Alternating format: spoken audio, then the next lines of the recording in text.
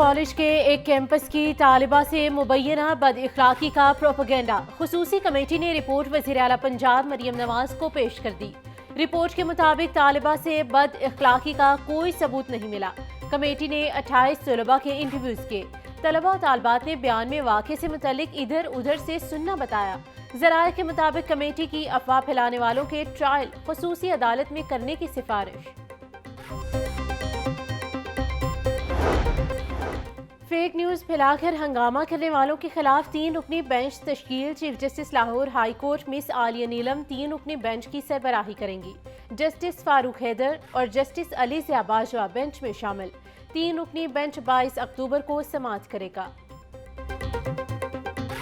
آج جو کیس ہے میرا، اس کو کالج کے اندر جو واقعات ہوئے ہیں، جس طرح سے سوشل میڈیا کے استعمال کے بعد معصوم بچیوں کی زندگیاں تباہ کی گئی ہیں، ملک کے اندر لا اینڈ آرڈر کو خراب کرنے کی ایک منظم کوشش کی گئی ہے، اس کا کیس جو ہے وہ ٹیک اپ پہلے کیا گیا تھا اور اس کیس کو میرے کیس کے ساتھ کلب کر دیا گیا ہے، کیونکہ یہ دونوں سوشل میڈیا سے ریلیٹڈ کیسز ہیں۔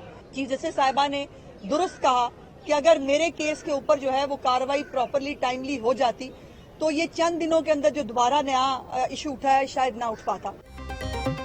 نجی کالج میں جو واقعات ہوئے انتہائی افسوسناک ہے۔ سوشل میڈیا پر 3 بچیوں کے نام اور تصاویر لگا کر ان کی تذلیل کی گئی۔ صوبائی وزیر اطلاعات عظمیٰ بخاری کی میڈیا سے گفتگو۔ بولی چیف جسٹس نے کہا کہ اگر میرے کیس پر کارروائی ہو جاتی تو یہ نہ ہوتا۔ جو صحافی قانون توڑے گا اس کو قانون کے مطابق دیکھیں گے۔ کسی کے پاس کوئی ثبوت ہے تو ہمیں دے، اس کو فوری دیکھیں گے۔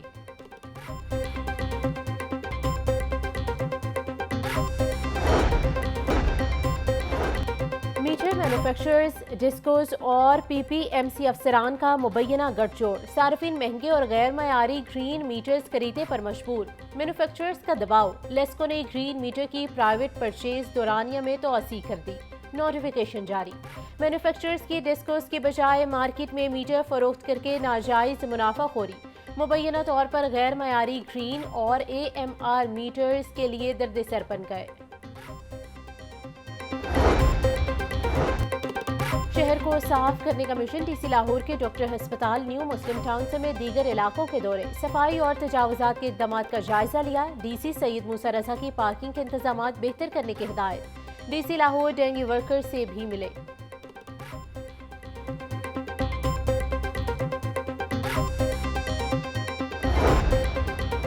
ستھرا پنجاب پروگرام کے حوالے سے ٹیکنیکل ٹریننگ پروگرام کے ڈیش بورڈ اور موبائل اپلیکیشن کے حوالے سے تربیت دی گئی۔ ٹریننگ سیشن میں کانٹریکٹرز اور ویسٹ مینجمنٹ کمپنیز کے 100 سے زائد نمائندگان نے شرکت کی۔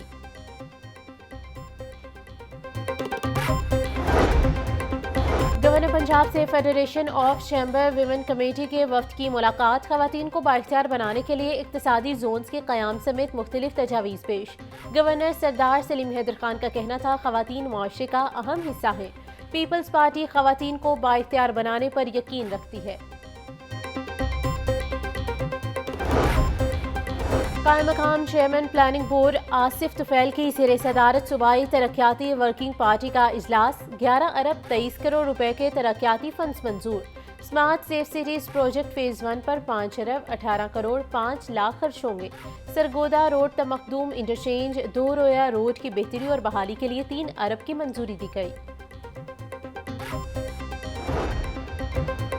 وزیر اعظم شہباز شریف اور حمزہ شہباز کے خلاف Ramzan sugar mills reference anti corruption عدالت میں منتقل کرنے کا حکم۔ احتساب عدالت نے 4 صفحات پر مشتمل تحریری فیصلہ جاری کر دیا۔ ریفرنس کو ٹرائل نیب ایکٹ کے بعد احتساب عدالت میں نہیں ہو سکتا۔ احتساب عدالت کے جج زبیر شہزاد کیانی نے فیصلہ جاری کیا۔ ایجوکیشن کے ساتھ ساتھ بچوں کی ایکنالجمنٹ بہت اہم ہے۔ بچوں کو ریکگنائز کرنا، ان کو ایکنالج کرنا بہت زیادہ ضروری ہے۔ Child protection and welfare bureau ایک ڈپارٹمنٹ نہیں ہے بٹ ایک سوچ کا نام ہے۔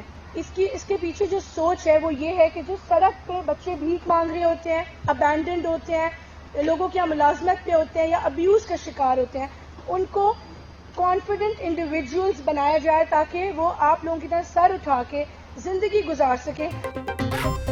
چائلڈ پروٹیکشن بیورو ایک ادارہ نہیں، سوچ ہے۔ تعلیمی انعامات کی تقسیم اسکول میں زیر تعلیم بچوں کی کامیابیوں کا اعتراف ہے۔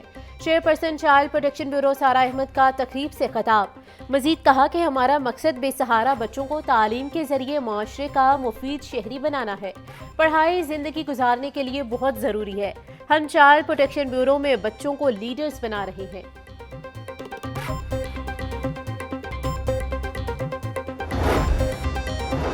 وزیر بلدیات ذیشان رفیقی زیر صدارت اجلاس، چیف سیکرٹری کی بھی شرکت۔ وزیر اعلیٰ پنجاب مریم نواز کے ستھرا پنجاب پروگرام پر پیش رفت کا جائزہ۔ پنجاب بھر کے کمشنرز، ڈپٹی کمشنرز کی بذریعہ ویڈیو لنک اجلاس میں شرکت۔ ذیشان رفیق کا کہنا تھا پنجاب کی 64 تحصیلوں میں آؤٹ سورسنگ کا عمل مکمل ہو گیا۔ کانٹریکٹرز کو ذمہ داری دینے سے پہلے زیرو ویسٹ کا کام ہونا چاہیے۔ وزیر اعلیٰ پنجاب اگلے ماہ آؤٹ سورسنگ ماڈل کا افتتاح کریں گی۔